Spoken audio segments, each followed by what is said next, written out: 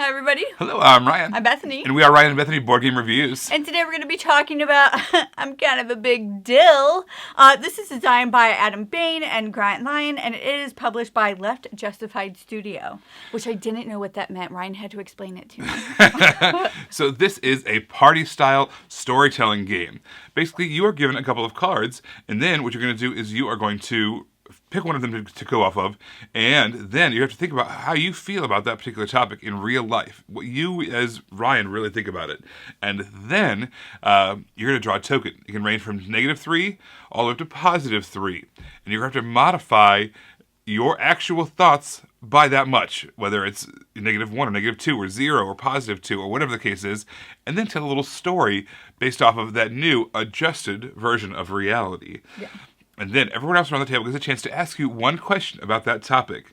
And knowing what they know about you as a friend or a family member, and then trying to figure out what token you drew. That's also what we're trying to do here, is figure out what token that person drew. Yeah. So we're going to do a small little session here of this to show you how it works. Okay. We recently were also able to acquire the Big Dill Holiday expansion. This has all kind of Christmas-themed, holiday-themed cards, which is perfect for this time of year, as we're recording, releasing this at least.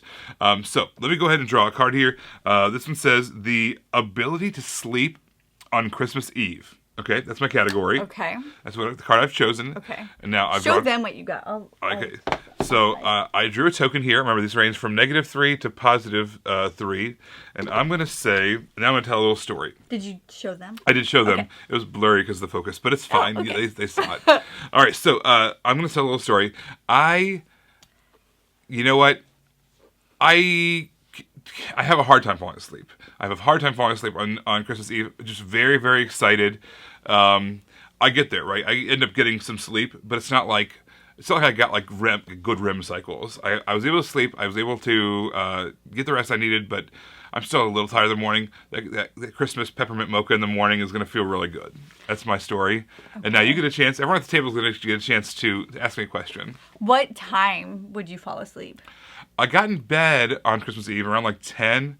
It was probably close to like 11:30 before I actually like kind of conked out.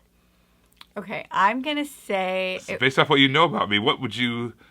Yeah, no, just go ahead and give me a number. I'm going to say -2. Oh, very close. This is -1. Oh, okay. -1. So, as the guesser, if you get it exactly right, you get 2 points. If you are within 1, like she was, she'll get 1 point. So me, as the one who gave the clue, I'm trying to be kind of subtle with my stories, because if everyone at the table gets the exact right answer, I get nothing. If no one at the table gets my answer, I get nothing. So what I'm trying to do is I'm trying to get at least one other person on the table to get my number, but not everybody. So that's kind of the balance of the game. That's how the game works. And yeah. I actually really like that, how subtle that has to be. I like that you can't just, because if you draw the -3 or the +3, you could just go so grandiose about it, and it's going to be very obvious, and everybody's going to guess what you have. So I like that you have to rank it, and you have to be subtle, and you have to be able to tell a little bit of that story. Like, I know for a fact that Ryan does not have trouble falling asleep. Doesn't matter what day it is. He does not have trouble falling asleep. So I knew it was a negative. I was just trying to guess how much of a negative what that was based on the story that he was telling me. So I like how it was subtle like that, whereas somebody who may not have known Ryan might have even thought that was a positive. So I like how you're trying to gauge your audience, maybe even hone in with one person as you're trying to tell the story to telegraph what token you got. The fact that it's a party game but also lets you be creative by telling a story is really, really fun. It gives people a chance to kind of be out in front a little bit.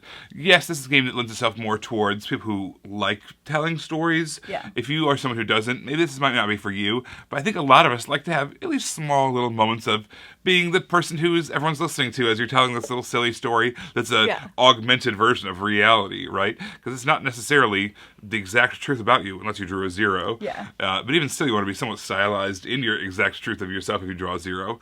But if you try to stretch the truth in whatever direction and tell a little funny story and answer questions in a kind of a funny, silly way as well. I like that you get it to be creative. The box does say 12 plus, but we did play this with our 7-year-old, and she totally got it. There's cards in there that she doesn't understand, like your love for goth night at your local bar. She just doesn't get that. But they're not like necessarily inappropriate. There are expansions. I think it's like after. There's an After Dark expansion. Yeah. That one is. Yes. So if you want that, it is available, but it's not really in this box. You can play. You can play with your kids if you wanted to. You might have to explain a card, or just take out the ones that are or like a just little take too. them out. Yes, And they're not. I haven't experienced that yet. Yes, they're not like inappropriate. They're just not going to understand it. So I wouldn't be. I wouldn't be turned off by the fact that it says 12 plus, especially since there is that other expansion that if you want that, it's not this. That's why there is that expansion. This game definitely helps if you know the other players. If they are your friends, if they are your family, you're going to have a great idea, a great time with this because you kind of already have an idea of what they think about these topics. This is not a game that I would use as an icebreaker.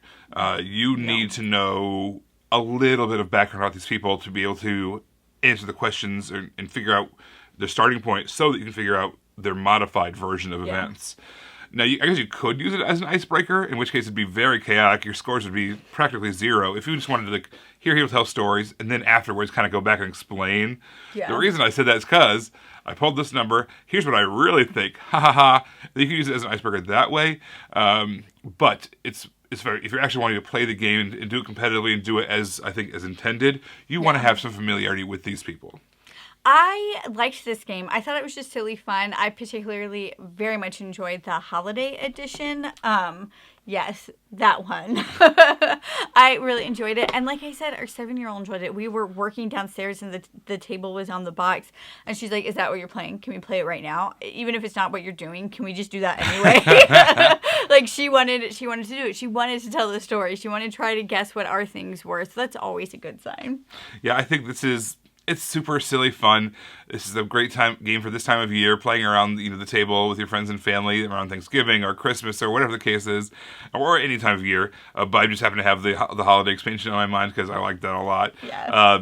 Yeah, this is just a great, silly, fun party game. You get a chance to be creative. If you're maybe don't know what the people that you're playing with, maybe avoid this one if you aren't looking to be, or if you don't want to be out front and be, very, if you're a little more introverted or perhaps just not in the mood to be telling these stories, maybe, let it go. But I'm kind of a Big Dill. Everybody, thank you so much for watching. Don't forget to subscribe so you can see our videos as they come out.